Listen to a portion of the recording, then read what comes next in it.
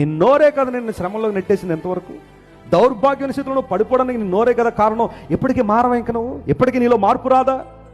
బలహీనతలు ఉన్నాయి ఎవరిలో, వాటిని అన్ని సార్లు అంత గొప్పగా అందరికీ చెప్పేసి నువ్వు ఏమి సాధించాలనుకున్నావు?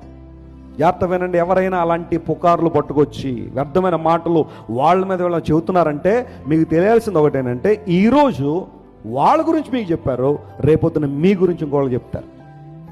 If you don't stop it, నువ్వు అది ఆపకపోతే, అది అక్కడితో నువ్వు నిలుపు చేయకపోతే, ఈరోజు నీ గురించి మాట్లాడిన ఆమె రేపొద్దున ఈరోజు ఎవరి గురించో మాట్లాడిన ఆమె రేపొద్దున నీ గురించి ఇంకోళ్ళు చెబుతారు. జాగ్రత్త సుమా.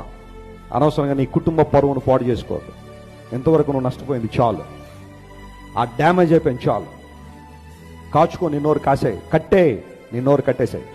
ఒకళ్ళ గురించి మాట్లాడేటప్పుడు చాలా జాగ్రత్తగా మాట్లాడు. నీ గురించి ఏమైనా చెప్పుకుంటావు చెప్పుకో, నీ పిల్లల కోసం ఏమైనా చెప్పుకోవాలనుకుంటావు చెప్పు. ప్రార్థన అవసరత, అయ్యా నా పిల్లలు అండి, నా పిల్లలు చెడిపోయారండి, పాడైపోతారండి, ప్రార్థన చేయడం చెప్తావు చెప్పు.